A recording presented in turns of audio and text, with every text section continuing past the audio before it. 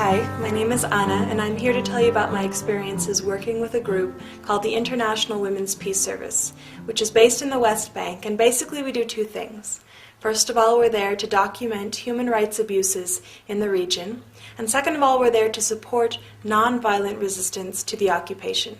And I'll be telling you more about what this occupation looks like in the presentation, but before I do so, just a little bit about myself. I'm a Jewish American, and I originally got into this work when I was living in Turkey, and I would take trips through the Middle East during my vacations. I was in Iran, in Syria, and Lebanon, and along my way I was taken in by families, many of them Palestinian refugees, and through my friendships with these people that I met along the way, I began to hear for the first time a whole different sort of version of the history and present of Israel and Palestine, utterly different from anything that I'd ever learned growing up as a Jewish American. And I was very disturbed, alarmed by what I heard. I didn't believe it. I thought it was all propaganda. But it sort of planted a seed, and I began to do some of my own research and eventually decided to go to Palestine to see with my own eyes what was happening. And that's when I took my first trip to Palestine. And that's what I'd like to tell you about, is what I found when I got there. I'm not here to give sort of a sweeping analysis of the entire history of the conflict. I'm not here to give every single perspective on the issue. I'm here to give my perspective as a Jewish American who spent 5 months working in the West Bank. Now, when I first got to Palestine, there were, of course, many sort of surprises along the way, but one of the first ones was just aesthetically the way Palestine looked. I guess I'd imagined the Middle East to be sort of rolling sand dunes, barren desert land, and when I got there, I realized that Palestine was actually very beautiful. This is a picture showing Palestine in the springtime. You can see how fertile and green the land is. But beyond showing how beautiful it is, I actually think that this photograph captures what I have come to believe is really at the heart of the Israel-Palestine conflict. A lot of people have sort of a perception of this issue as being kind of an age-old rivalry between Jews and Muslims, something that's been going on for thousands of years and will continue for thousands more because at its heart are these sort of deep religious differences. And one of the first realizations that I came to when I got to Palestine was that for the most part, this really is not a war about religion. This is a war about land, about water, about resources. And I hope that my reasons for coming to those conclusions will be clear in this presentation. Now, to get you oriented, here's a map of the Middle East. Israel and Palestine are located in the Middle East. That tiny little purple and white sliver there, here's a larger version of that map. And the beige areas in this map indicate the de facto internationally recognized borders of the State of Israel. Meanwhile, the pink areas on the right and left are the two land masses making up the Palestinian territories occupied in 1967.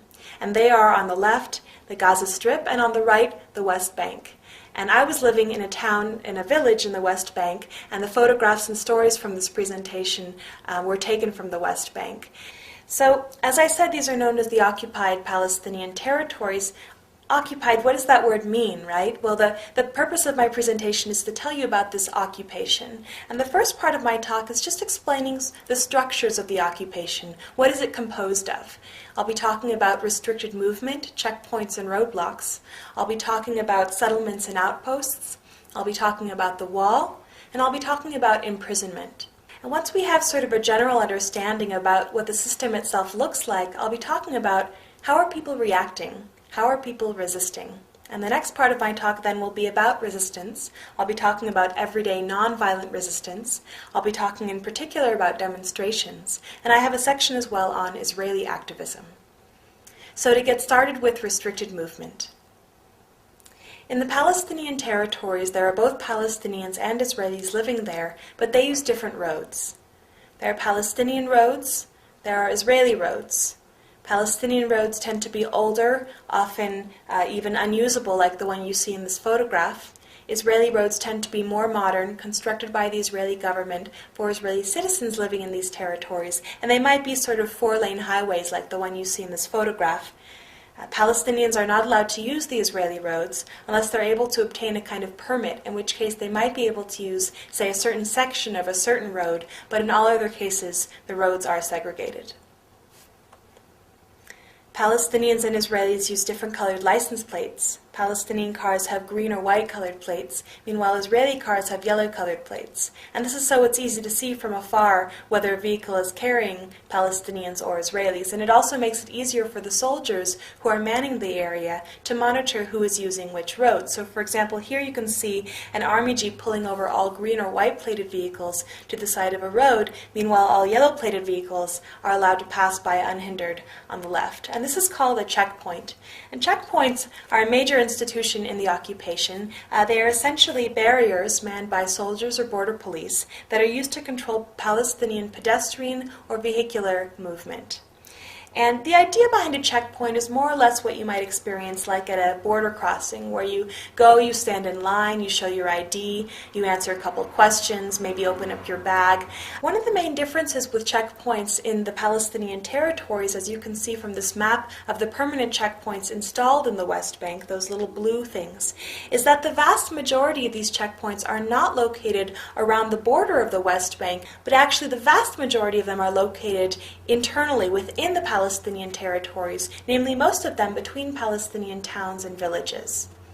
And what this means for a Palestinian person who's living, let's say, just south of Hebron in the south of the West Bank, who wants to travel, 30 miles north to the city of Bethlehem, which is a little bit more towards Jerusalem. So 30 miles, that should take a person under normal circumstances like 30, 40 minutes, maybe an hour tops. Well, it's very likely to take that Palestinian person anywhere from 2 hours to 4 hours to 8 hours to maybe even an entire day to travel just those 30 miles because of the number of times that he or she would be stopped along the way at these checkpoints. And well, this is obviously very frustrating. People are spending hour after hour, day after day at these checkpoints to get from any one place to another. But beyond just being sort of a frustration, these checkpoints are extremely disabling to Palestinian daily life, to all aspects of Palestinian daily life. For example, these checkpoints make it very difficult for a Palestinian person to hold a steady job. It's never clear if it's going to take you 10 minutes or 3 hours to commute from your little village to the nearest city. Similarly, attending classes on a regular basis is pretty much impossible. Unless you happen to have a university in your little village, higher education is basically out of the question. So beyond just being sort of an annoyance or a burden, these checkpoints are preventing Palestinians from earning a living and from getting an education. Beyond that, getting to a marriage, a funeral, graduation, going to visit your family, all aspects of daily life are affected. And imagine if you, every time you wanted to go to work or to school or to church or wherever else you were going, that you had to go through a series of checkpoints that held you up for 2-3 hours. How would that affect your life? And maybe that gives you sort of a glimpse of how disabling these checkpoints have become to Palestinians just sort of on a daily basis. This is the checkpoint outside of the city of Nablus. It's called Huwara. And we were there doing checkpoint watch, where we basically document what's happening at these checkpoints. And on this day, the rule was the following. Women were allowed through the checkpoint, older men were allowed through the checkpoint, and young boys were also allowed through the checkpoint. But any men between the ages of 15 and 40 weren't. Period. It didn't matter where you were coming from. It didn't matter where you were going. It didn't matter who you were. It didn't matter if it was an emergency. If you were Palestinian male, 15 to 40 years of age, you couldn't get home or to work or to school or to the hospital or wherever you were going. And so they gathered here, literally hundreds of Palestinian men in this ditch next to the checkpoint in hopes that the rule would change at some point. And at one point I saw 2 of them go off to the side with trash bags, frantically trying to fill them up. And I asked them, why are you suddenly picking up trash? And they told me that the soldiers had actually given them the trash bags and told them that if they were able to fill up their trash bags with trash, then they would be allowed through the checkpoint. Health violations are another major issue at these checkpoints and in the occupation in general. Here you can see a Palestinian green and white plated ambulance that's pulling over to the side of a road to allow a yellow plated Israeli vehicle privilege priority on that road. And these ambulances will sometimes wait for hours before reaching the checkpoints themselves. And when they get there, they're oftentimes not sort of rushed through quickly, but actually held at gunpoint, as you can see in this photograph, while another soldier will go around the back to sort of screen through the back of the ambulance. And the reasoning given for holding up ambulances oftentimes even longer than average civilian vehicles is that apparently in the past these ambulances have been used to transport weapons or people wanted by the Israeli government. And well, I've done a little research on the subject and discovered that actually there is one documented case of a Palestinian ambulance being abused for these purposes. But even if they were being used for these purposes, even if that was the case, remember that this Palestinian ambulance is traveling from a Palestinian village to a Palestinian city. It's not traveling from the West Bank into Israel, and that is where these checkpoints are located, between Palestinian built-up areas, such that in what way is holding up this ambulance endangering the lives of the people in back of it? In what way is this contributing to the safety or the security of the Israeli population, let alone the entire Palestinian population? This is the checkpoint outside of the village of Deir Balut where I spent some time, and this checkpoint is open from 7 in the morning until 7 at night. What that means is that if you have any kind of an emergency between the hours of 7 p.m. and 7 a.m., well, you're kind of out of luck. And in fact, what happened was that a woman from the village who was 7 months pregnant with twins began to have contractions at 1 o'clock in the morning. Her husband drove her frantically to the checkpoint, which they needed to cross to reach the nearest hospital in the city of Ramallah, an hour away. They got to the checkpoint, and the soldiers who sleep above it came down to meet them and were very polite. And they said, look, the rule is very clear. Palestinians are not allowed through until 7 in the morning. Please come back at 7. Well, the woman obviously couldn't wait 6 hours to have her babies, and so they argued a bit more, and the soldiers, again, they were very polite and even apologetic, and they just kept saying the same thing over and over again. They said, look, we didn't make the rules, we don't even agree with them, we're just following orders. We're just following orders. This is something I hear from soldiers almost daily. We're just following orders, and that's exactly what the soldiers were doing.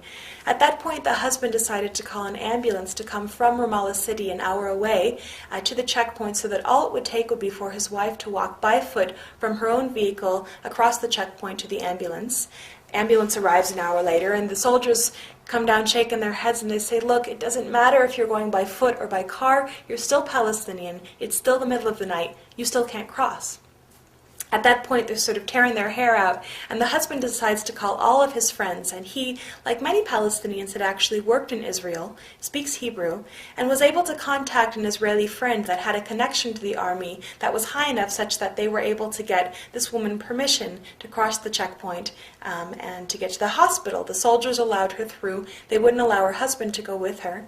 She got to the ambulance and immediately began to give birth to the twins. And the twins were born, both of them alive, and basically healthy, except of course that they were 2 months premature. And because they were premature, they were in desperate need of hospital attention. And because they were an hour away on a bumpy road in the middle of the night, having waited almost 2 hours at the checkpoint, they weren't able to reach the hospital in time. And because of this, both of this woman's babies died. And I tell this story not because it's heartbreaking and not because I'm trying to demonize these soldiers. Look, I believe in the Nuremberg principles, that people are responsible for their actions even if they are following orders. That said, what I think is the greatest crime of all is not so much the acts of the individual soldiers who might be nicer or meaner, but the system itself. The fact that things are structured this way such that there are even soldiers there to begin with who control whether or not a person can go to the hospital. That to me is the greatest crime. Like I said, this is the checkpoint outside of the village of Deir Balut. The village itself is sort of over to the left of the photograph, and there is a direct road from the village to the checkpoint, but villagers aren't allowed to use it. And that's because there's something called roadblocks on it. And roadblocks are, like you see here, often concrete cubes placed on Palestinian roads to prevent Palestinians from being able to use their vehicles on their roads. So what these roadblocks mean, for example, for the village of Deir Balut, is that instead of taking a half-mile paved road from their village to the checkpoint every morning on their way to work or to school, they have to take a 3-mile unpaved detour all the way around through the countryside to reach the exact same spot. What does this mean for them? More time, more stress, more wear and tear on their vehicles, more money for gas. And again, this question of security, right? These institutions, the checkpoints, the roadblocks, are supposed to be there for the security and safety of the Israeli population, to prevent terrorism. In what way are these roadblocks securing anybody? Forcing Palestinians to take this long detour. How much is this about security, and how much is this about control? Some roadblocks are made with dirt, and you can see these villagers on the right here are coming home from work. They live on the other side of the roadblocks, so what they have to do every morning is that they drive their cars to the roadblocks, park them, walk around by foot, and take a taxi the rest of the way to work or to school, and repeat the process coming home. So these roadblocks prevent something as basic as Palestinians taking their vehicles from their house to their work or to school. And finally, these roadblocks are extremely disabling to the Palestinian economy. As you can imagine, transporting goods from one end of the land to the other is not a trivial process given all of these checkpoints and roadblocks. So basically, a truck that's carrying Palestinian goods, when it reaches a roadblock, has to sort of turn around and back up against the roadblocks, get another vehicle to come from the other end and turn around and back up from that end, and somebody has to actually manually transport these goods from one end of the roadblock to the other, as you see in these photographs. And, well, the products are not always office equipment. They could be produce, perishables, things that go bad by the time they reach their destination. They could be desperately needed medical supplies. Beyond just taking a long time, this whole process renders a lot of these Palestinian products much more expensive than they otherwise would be because of the extra manpower and vehicular power that's required to transport them. What happens then is that a lot of these Palestinian products end up being even more expensive than their Israeli counterparts, which are very easy to transport on the Israeli-only roads. What happens then, of course, is that the Palestinian market is then flooded with Israeli products, which Palestinians, many of them struggling to make ends meet, end up purchasing instead of supporting their own economy, supporting the very country that is occupying them. Settlements are the next part of my talk. Settlements in the territories are essentially communities of Jewish Israelis who are living on Palestinian land. And they may be sort of villages, towns, cities. Here's a rather large one near Bethlehem and Jerusalem. And again, all of this land here is Palestinian land. It belongs to the Palestinians. It's internationally recognized as Palestinian land. And yet there's this city that's been built on top of it that is exclusively for Jewish Israelis. Well, what does this mean? Who gets to live in that city? Well, I could live in that city, right? Because I'm Jewish. I would just have to fill out an application. I could move there next week if I wanted to. And yet the farmers, the Palestinians that own the land that the city was built on, aren't allowed to live in it. Now, this process is nothing new. It's happened throughout history, all over the world, and there's a name for it. It's called colonization. And it's interesting that in English and in Hebrew we have this kind of benign word, settlements, whereas in many languages, like French, for example, these settlements are called colonies, and that's exactly what they are. And they are illegal, according to international law, which prohibits an occupying power from transferring citizens from its own territory to the occupied territory, which is exactly what Israel's doing. Instead of working against the system, though, Israel actually promotes it, as you can see in this photograph, which shows a billboard on an Israeli-only road in the Palestinian territories, and it basically says, it's in Hebrew, it says, "Now more than ever," and underneath it says, basically, if you come to our community, to Ariel, which is a settlement, if you come to live in Ariel, you will be rewarded with 100,000 Israeli shekels. That's more than 20,000 US dollars. In other words, the Israeli government is actually paying its own citizens to move from Israel proper to the occupied territories to become part of the illegal occupying population. And what's particularly interesting to me about this billboard is who is it targeting? Who are going to be the Israelis who uproot their families to go live on this foreign land because it's cheaper to do so? Is it going to be well-off, wealthy, established Israeli families? No, they want to live in Tel Aviv. The families who end up taking advantage of these offers are going to be low-income Israelis, poor Israelis, recent immigrants from Africa, from Eastern Europe. And in fact, a lot of these settlements, Ariel included, are populated primarily by immigrants who've moved to the territories, not because they say this land is ours and nobody else's, but because they're looking for a higher standard of living. And these financial offers can be very appealing. People who take advantage of them will get nice housing, oftentimes with mortgages subsidized by the government.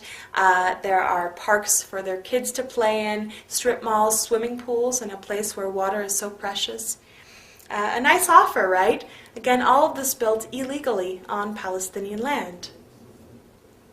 At this point, there are settlements all over the West Bank.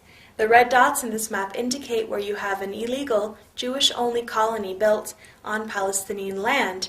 And of course, coming along with the settlements and colonies is the road network. And here you can see it's just a handful of them, but the way those blue roads and highways really chop up, compartmentalize that Palestinian landscape. Remember, of course, that these roads were built illegally on Palestinian land, and that the Palestinians owning the land that they were built on, for the most part, aren't even allowed to use them because of the segregated road system.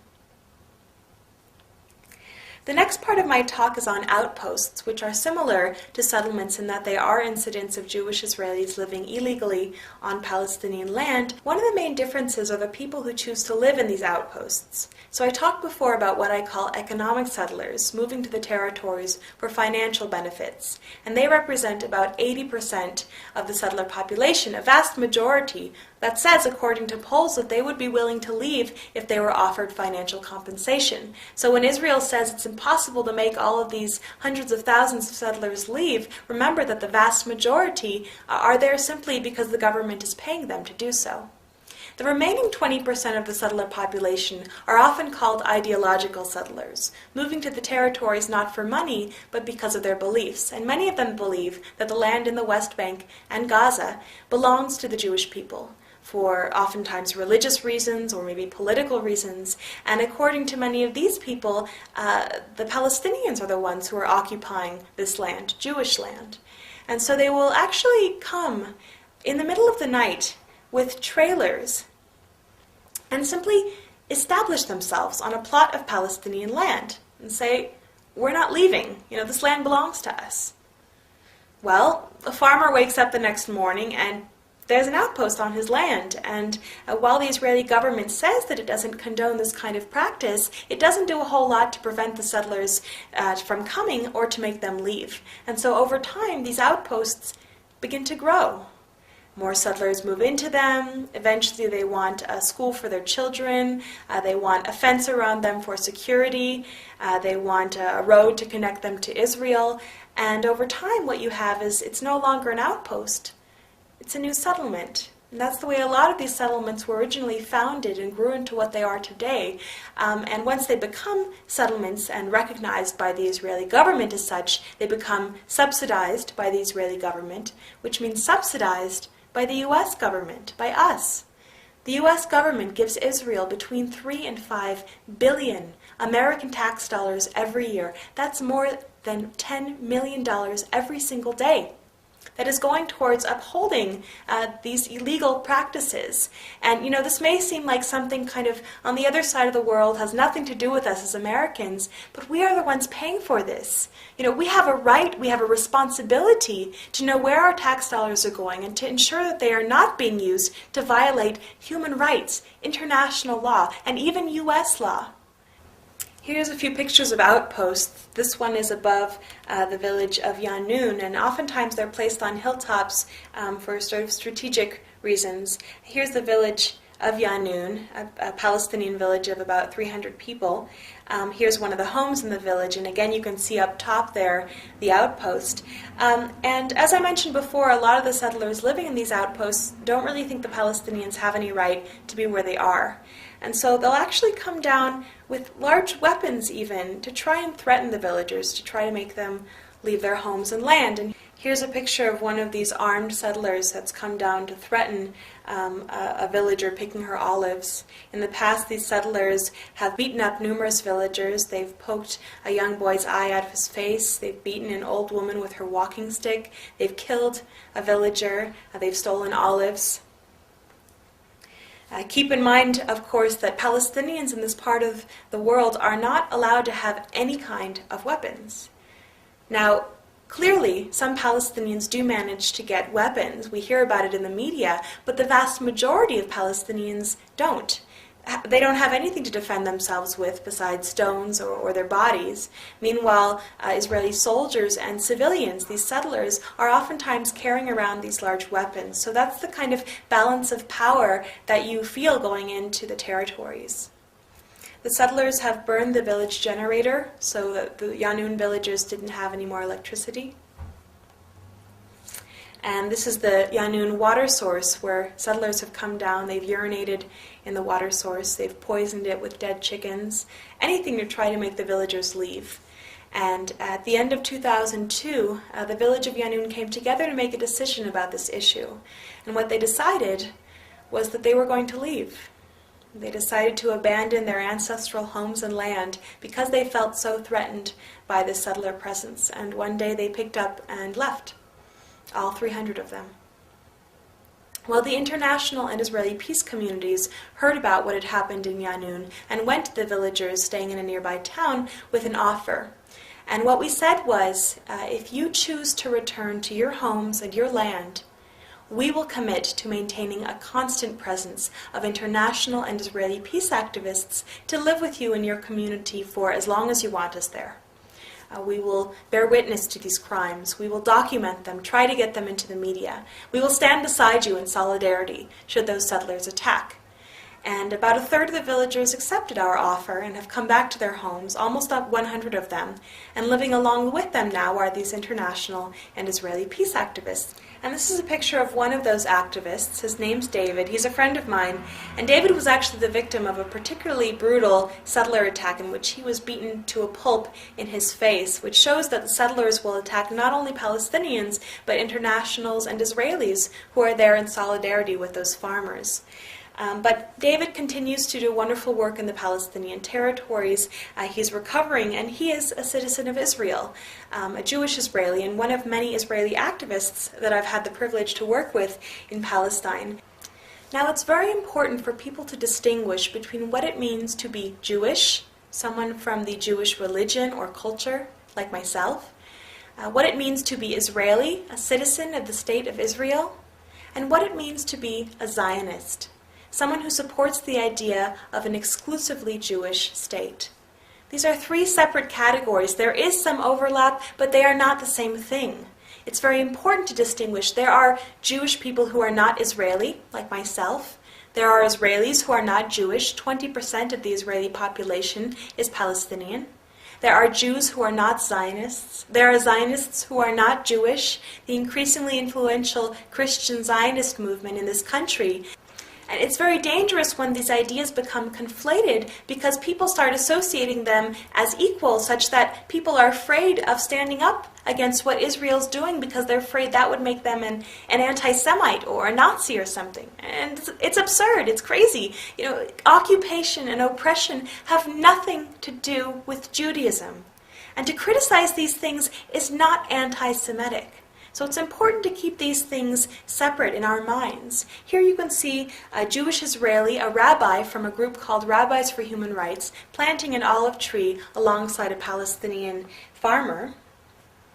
Here you can see an Israeli activist protesting the policies of her government alongside Palestinian colleagues in the resistance.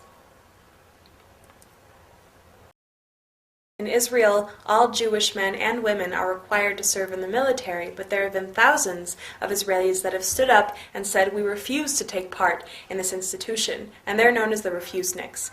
And I have to say that in Israel there's a much higher tolerance for debate and dissent on this issue than you find in the United States. In Israeli newspapers, you'll find much more candid descriptions of the occupation than in U.S. mainstream newspapers, where sometimes it's even taboo to use the word occupation.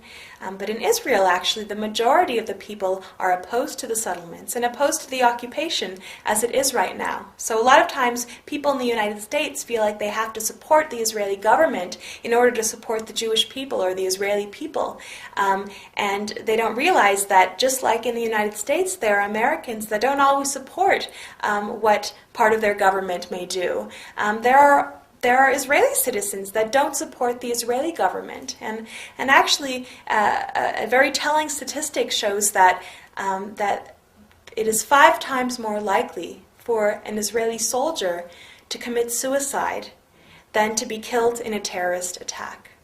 And so when people talk about this occupation as helping the Jewish people, they don't realize how many Israelis are actually against it and how important it is for the Jewish people as well as the Palestinian people to end this.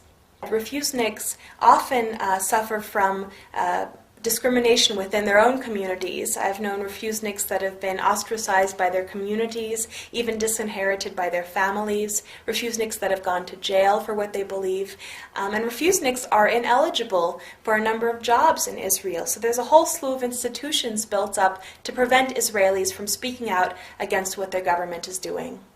And yet they continue. Here's a Palestinian farmer picking olives with an Israeli activist in the olive harvest. I'd like to bring us back to the main outline. We've talked about restricted movement, we've talked about settlements and outposts, and down at the bottom there we've talked about Israeli activism. And I'd like to begin now talking about the wall before getting into imprisonment and, of course, resistance. So, the wall. This is a picture of the wall that Israel's building. That's me and a friend standing in front of it.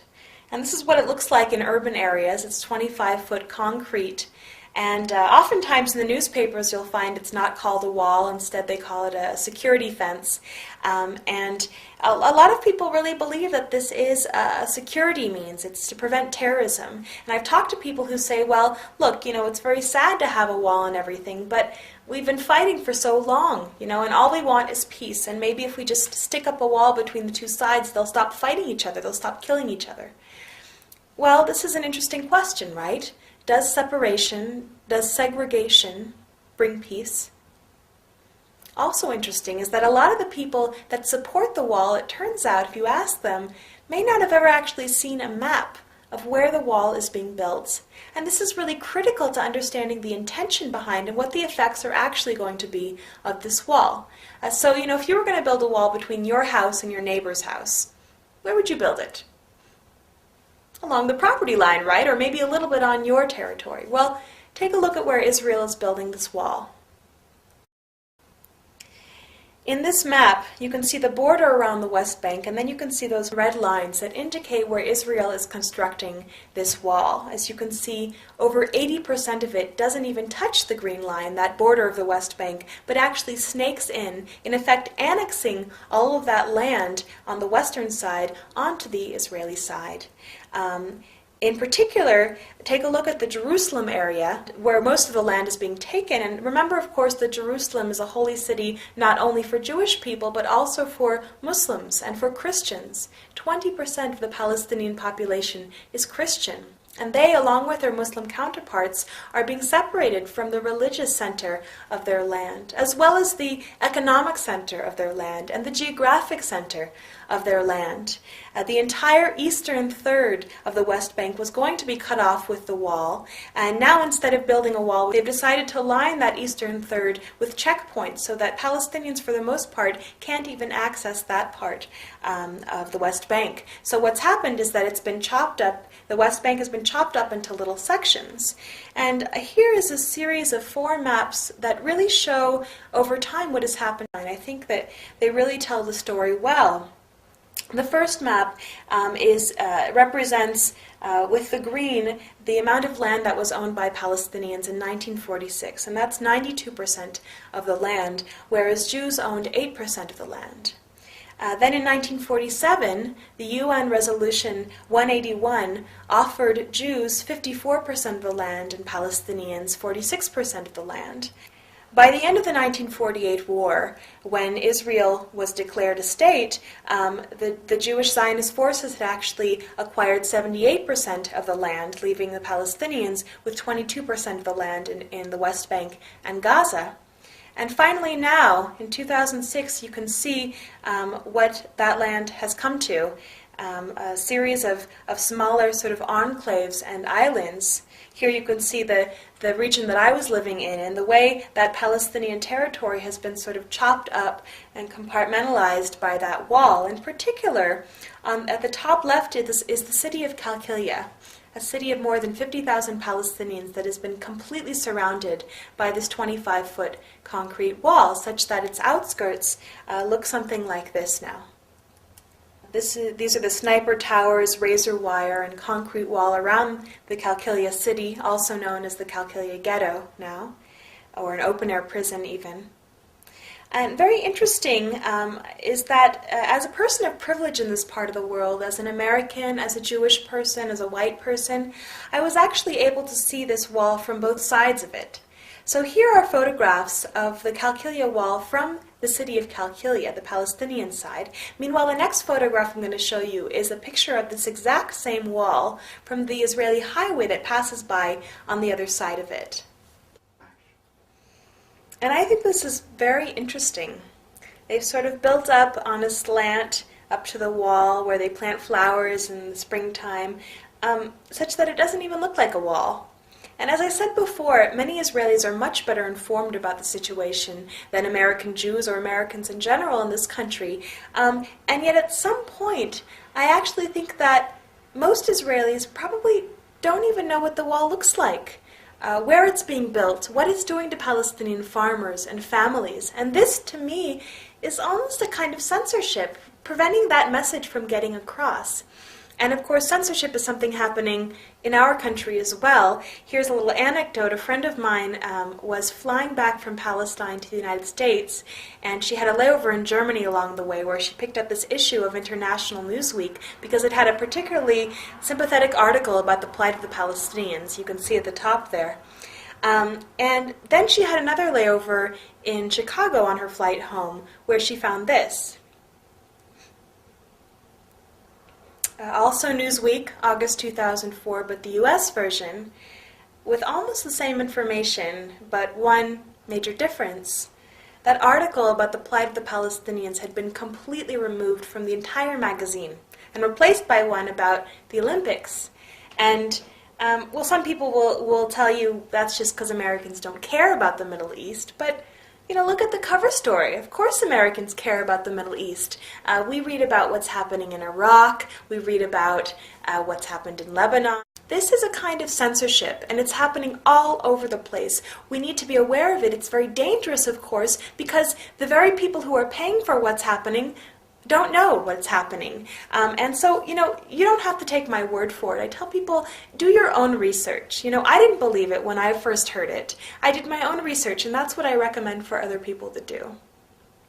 Now, another kind of censorship is just also in the wording. So, for example, instead of calling it a wall, calling it a fence. And, well, to be fair, in rural parts of Palestine, the wall looks like this. At its base is wire fence. But if you look a little bit closer, you'd find that this fence is not the kind of fence that you'd have like in your backyard kind of fence. Much of it is reinforced with heavy-duty electric wire and almost everywhere with razor wire. Back to the concrete areas. This is Abu Dis, a neighborhood of East Jerusalem. And what I want to illustrate here is that when you have a Palestinian built-up area and an Israeli settlement in the Palestinian territories, the wall won't be built, first of all, along the actual border, or even right in between the Palestinian town or village and the nearest settlement, or even sort of right up against the settlement to just get it onto the Israeli side. But oftentimes, in my experience, they'll build the wall as close as possible to the Palestinian built-up area so that not only the settlement, but all the land between the settlement and the nearest Palestinian town or village also ends up on the Israeli side.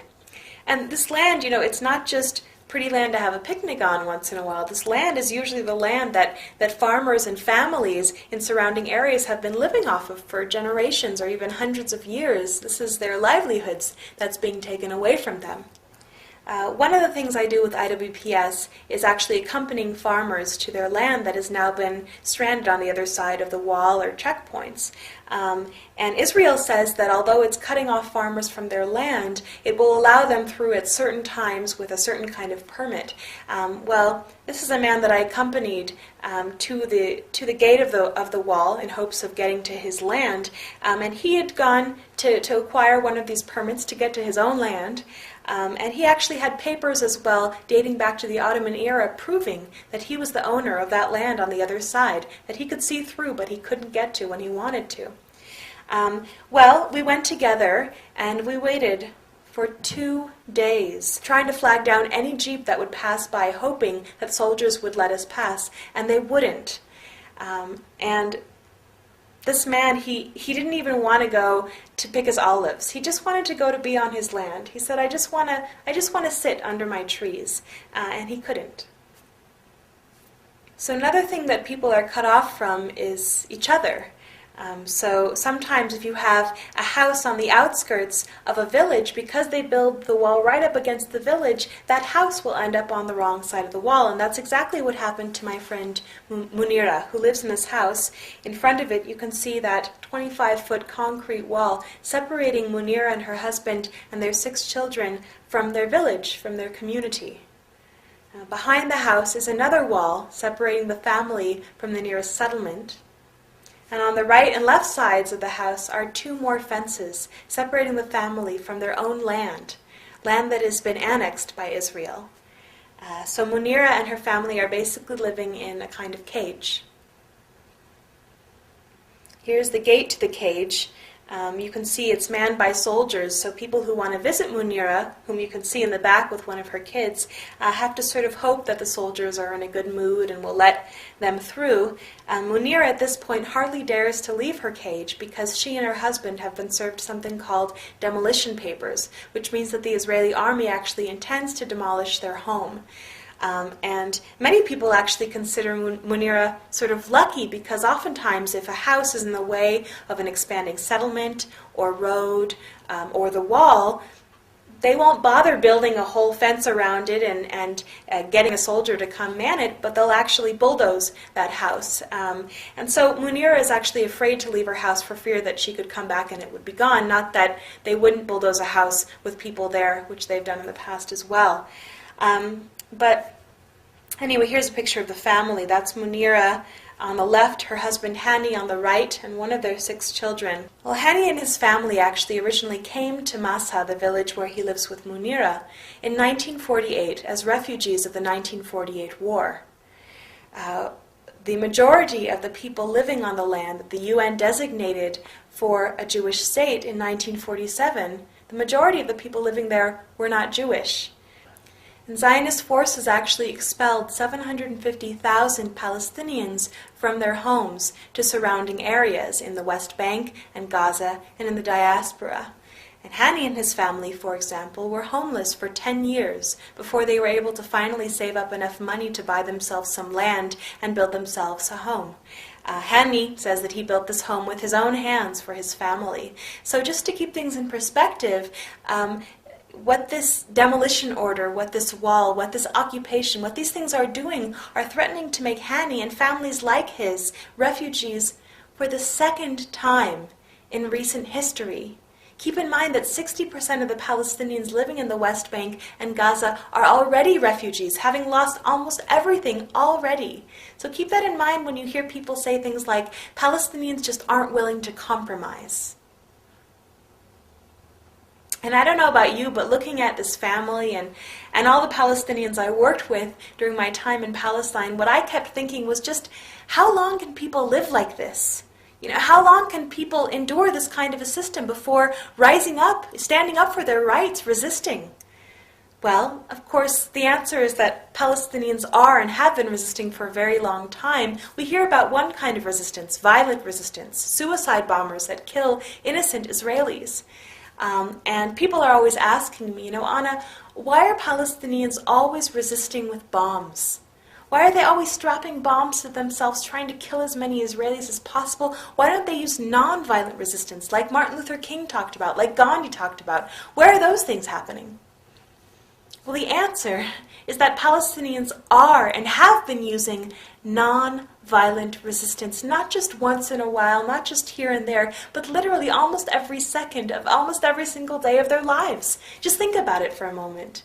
Think about Munira and her family. Simply staying in their home.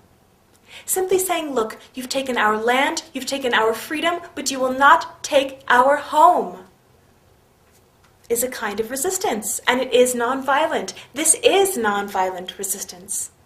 Think about the villagers of Yanun who've come back to their homes and their land.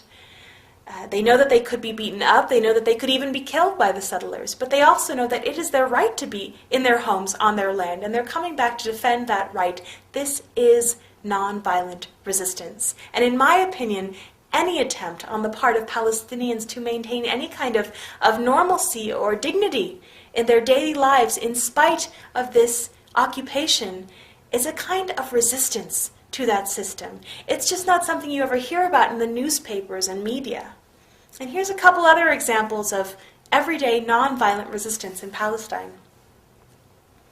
Here's a group of women from the Tulkarm region who've been cut off from their trees by the wall. They've lost their livelihoods, so they've formed an embroidery cooperative to sell embroidery to support themselves and their families.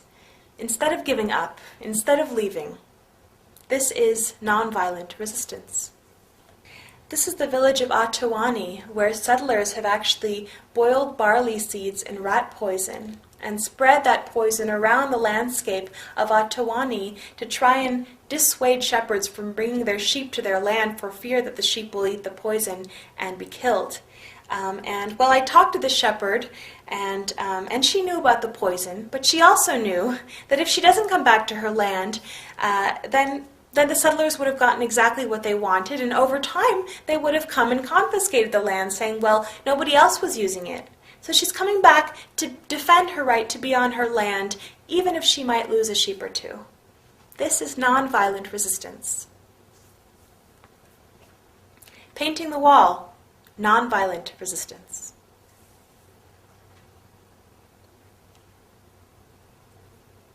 Climbing the wall is nonviolent resistance. Here's a young boy who's building his own roadblock out of rocks and wire that he found in his village. And he told me, Anna, I'm going to build a roadblock so that the jeeps can't raid my village tonight. This is nonviolent resistance.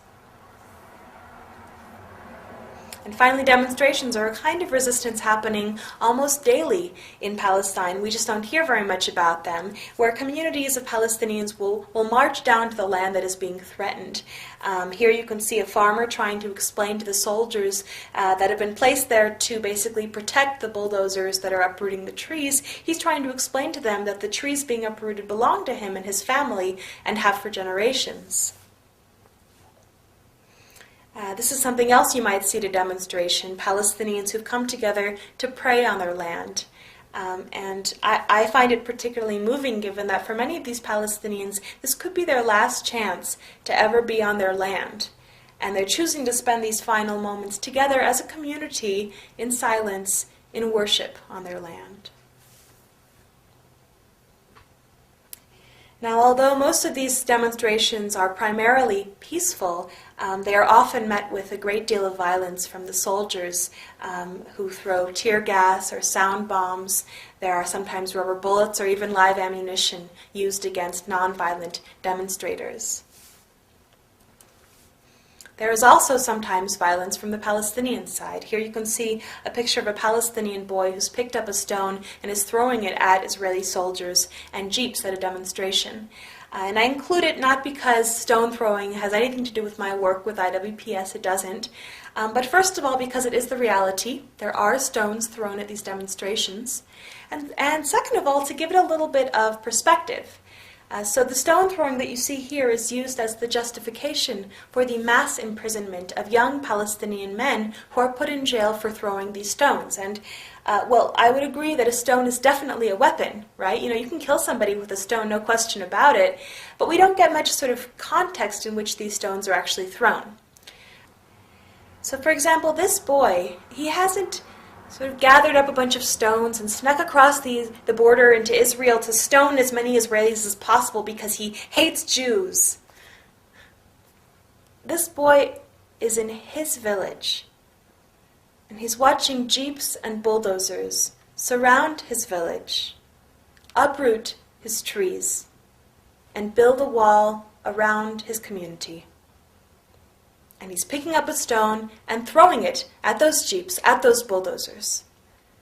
And I guess I would just ask you, if someone were to come into your home and start carrying out your television, and then your stereo, and then your computer, at one point, would you pick up a lamp and throw it at them? It's not about justifying, it's about being realistic. What would you expect of yourself in that situation, and how does it compare to what you expect of the Palestinians in the situation they're in right now with the wall? Like I said, many of these kids end up in jail. Here are 5 kids from the village of Marda, near where I lived, and a jeep was raiding their village one night, and they threw stones at the jeep. No soldiers were hurt. In fact, very few soldiers have actually been hurt by these stones because they're usually thrown from very far away for fear of being arrested. And in fact, these 5 kids were picked up for stone throwing and put into jail for 6 months. More than 340 Palestinian children and 9,500 adult Palestinian political prisoners are being held in Israeli prisons today. More than 10% of these are what are called administrative detainees, which means that they can be held without charge indefinitely. And I was once walking in Ramallah where I found a silent procession of people holding photographs of their loved ones being held in Israeli prisons. They asked me to show them to the people of America, so that's what I'm doing.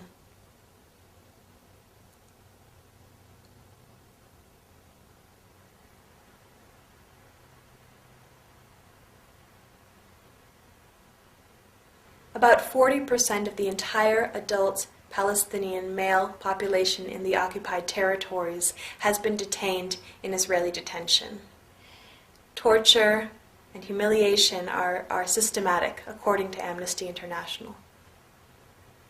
And I guess what I find so incredible is that in spite of the systematic imprisonment of Palestinians involved in violent and non-violent resistance, in spite of the checkpoints and the roadblocks and the settlements and the outposts and the wall and the land confiscation, in spite of all of these things, that Palestinians continue to resist, continue to stand up for their rights.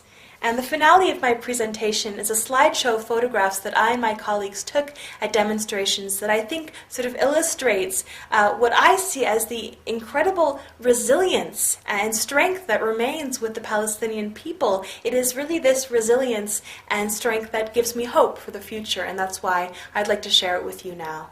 Thank you.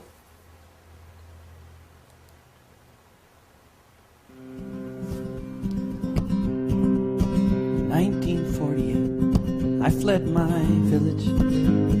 The Stern gang drove my family from the lands. We ran into the desert where I've spent these decades living by my hands. Life in Haifa wasn't easy, but so much better than this hellhole with the soldiers and barbed wire and the closures and the hunger, the humiliation and the checkpoints, the machine gun fire. And each day I wonder, after Haifa, the home that we abandoned when the Zionists had won, is there a family with a child? Does its father love it as I loved my only son before the soldiers shot him down, riddled him with bullets in his back and in his head? Home in Haifa, in my house, does his father know the pain there is in an empty bed?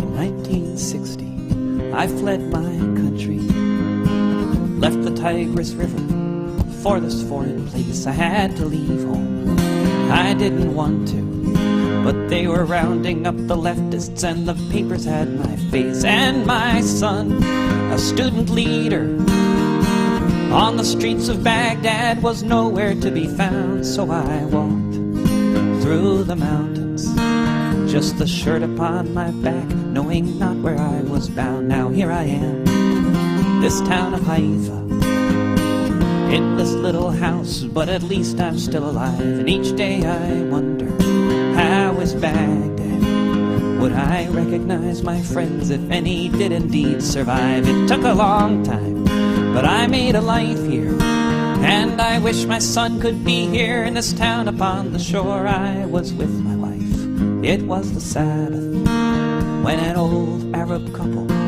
knocked upon our door.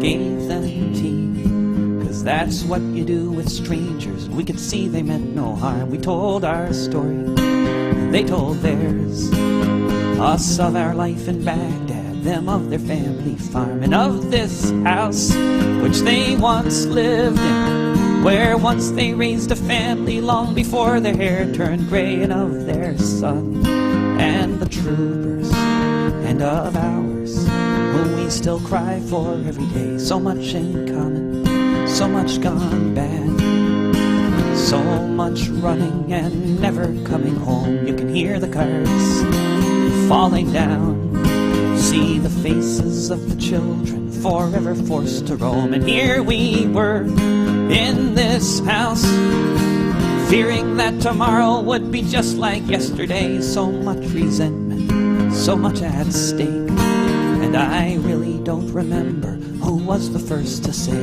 in one world, in one village, in one home, let us live together.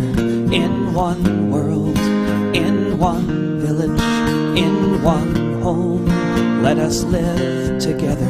In one world, in one village, in one home, let us live together. In one world.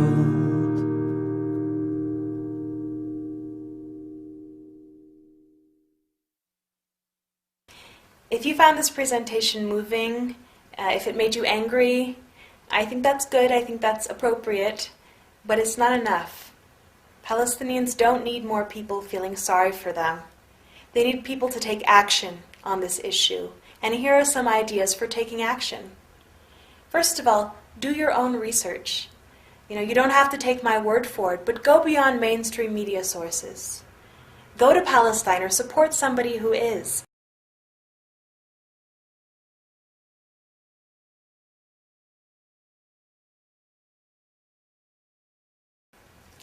But you don't have to go to Palestine to be effective on this issue. You can get involved locally. Join a divestment campaign based on the divestment move used against South Africa during apartheid, saying as long as you're committing these violations of international law and human rights so systematically, it won't be us who pays for it. You can join a Palestine solidarity group. You can write letters to your local media if you find that what's reported is biased. Call or write or even visit your representatives. Tell them what you think. Let them know that their constituents care about this issue. And finally, talk to your friends and family. Ask people in your community, do they know about the wall? Do they know about what's happening in Israel and Palestine? You have the power to affect people in your community, so use it to ensure security and peace and justice for all people in the Middle East, no matter who.